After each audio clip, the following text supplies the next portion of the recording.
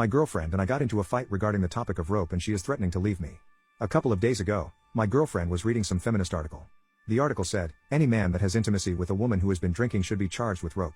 My girlfriend asked me what I thought of that and I said I don't think it's that simple and you can't just automatically say that any man who has intimacy with a woman who has been drinking is a rapist.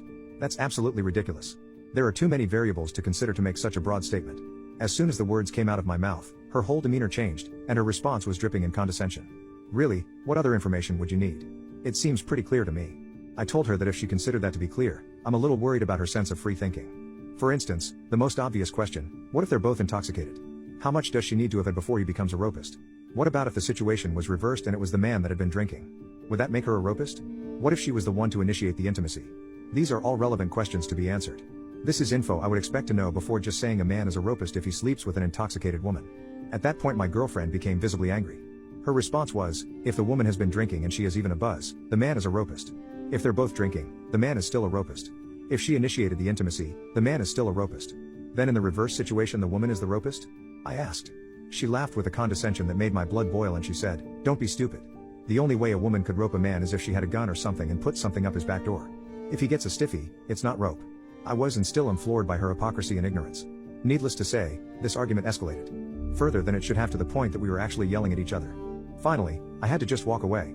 I went for a walk and when I got back, she was sitting on the couch. Without even looking at me, she said if I don't change my way of thinking immediately, she's moving out. To which I responded, I would offer to help you pack, but you don't need a man's help with that. And I went to bed. We didn't speak to each other for 2 days and had been walking around the house, ignoring each other. But yesterday morning she said to me, you know, you were a rapist because we had intimacy the night of my best friend's wedding. We were both hammered at the wedding, we went back to our hotel room, and she initiated some of the wildest intimacy we ever had. But that last statement was the last straw for me. I told her I would not ask her to change what she thinks the way she demanded I do, but if she really felt I did that to her, then we are done, and she needs to move out. Then today, she went to work. She sent me an email that says, I would never call the police on you because I know you never intended to rope me and I completely forgive you. I'd even be willing to forget everything that has happened. All I ask is that you simply acknowledge that you did that to me and that men who have intimacy with intoxicated women are rapists. That's all I'm asking. I did not, nor will I respond to that. Later on, I received another email from my girlfriend. In it she said, after talking to my mom and my sister, they both told me I should be ashamed of myself for even thinking that you had did that to me. And I've given it some thought, and I no longer think that. I'm sorry for saying that. I know you would never do that to me.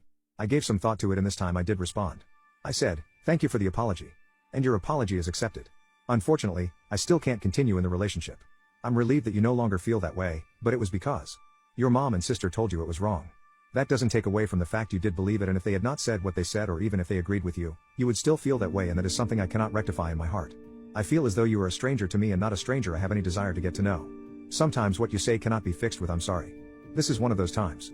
I wish nothing but the best for you and I hope you find someone that will make you happy. I can't be that person. She has not responded. My girlfriend and I got into a fight regarding the topic of rope and she is threatening to leave me. My now ex-girlfriend was calling me constantly over the next week. It was bordering on harassment. She would apologize over and over and say that she loved me and no longer felt like I decided to rope her and she just wanted to be with me again. I told her no repeatedly. At one point I told my 20-year daughter, not from the ex, everything about the breakup and what she said about me roping her at the wedding. My daughter and I have a super close bond and tell each other everything. So, after telling my daughter all about it, she became so angry that she called my ex. She offered to arrange my ex's face for cheaper than a plastic surgeon would and also to remove any teeth to prevent any toothaches she may get in the future.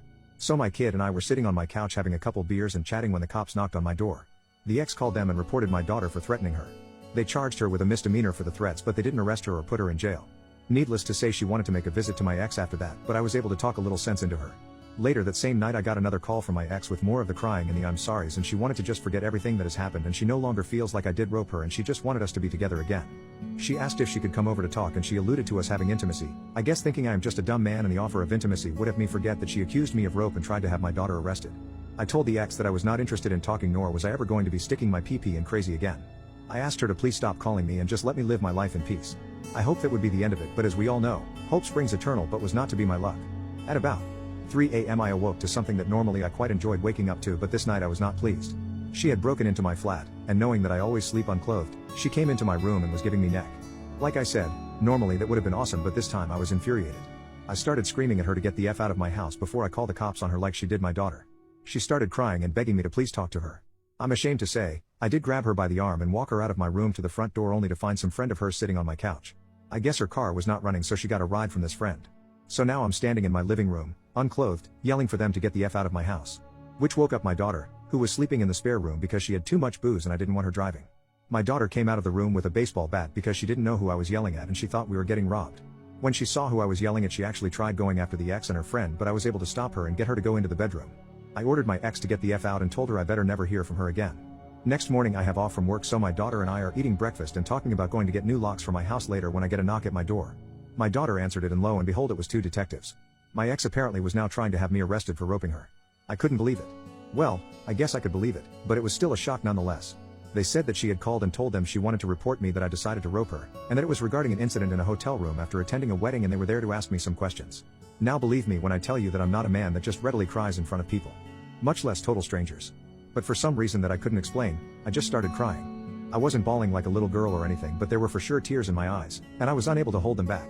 Being about as embarrassed and ashamed as a man can be, I excused myself to the bathroom. I pulled myself together and washed my face. I gave myself a stern talking to about crying like a wuss in front of total strangers. And I started heading back out to the living room. I got as far as the hallway when I heard my daughter, half yelling, obviously crying herself, telling the detectives basically what a beach my ex is and that I didn't rope her, that we were just intoxicated and had intimacy and it was my ex that initiated it in the first place. I walked back into the living room, tears and blubbering behind me, and told my kid that I would handle my business from here and to please excuse herself to the bedroom. Once she had left the room, the female detective asked me if that was really what had happened and I told her it was. They thanked me for my time and they left. A few hours later my phone rings and it is the same female detective. She told me that they went to my ex's and asked her to go further into detail about what happened. They asked her were we both drinking, and she admitted that we were.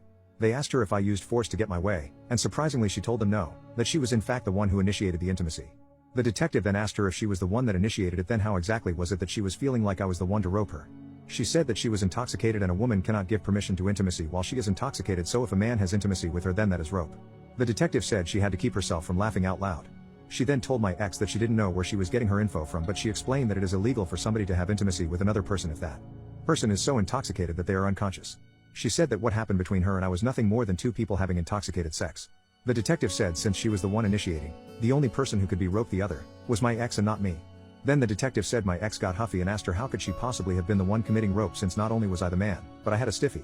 The detective told her that she wasn't sure where my ex was getting her information from, but that she was wrong in everything that she was saying and that she should be a little more careful about making police reports and spouting off what essentially equates to nonsense because she could have done some serious damage to somebody else's life under the right circumstances. I cannot tell you how wonderful it was to hear all that stuff that this detective was telling me. I really wish I could have been there to see my ex's face when she was informed of all this, although I know that is just childish and petty on my part. Then the detective said something else that I was not expecting. She told me that my daughter had told her about the night before when I woke up to the ex giving me neck. She asked me if it was true and I said yes. The detective told me that if I wanted to, I could report that as ASA and she would be arrested. They would probably just release her on her own recognizance, but she would still have to go to court and if found guilty she would have to register as an offender. I couldn't believe it. I really thought about it, but I have no desire to ruin my ex's life. I just want her out of mine. But you can bet I had fun telling my ex what the detective told me, and I used it to tell my ex if she ever contacts me again that I would do it. And also, she needed to have the charges on my kid dropped. But if she did that, had the charges dropped and then never contacted me again, I would not report her. She agreed. And I can't be happier.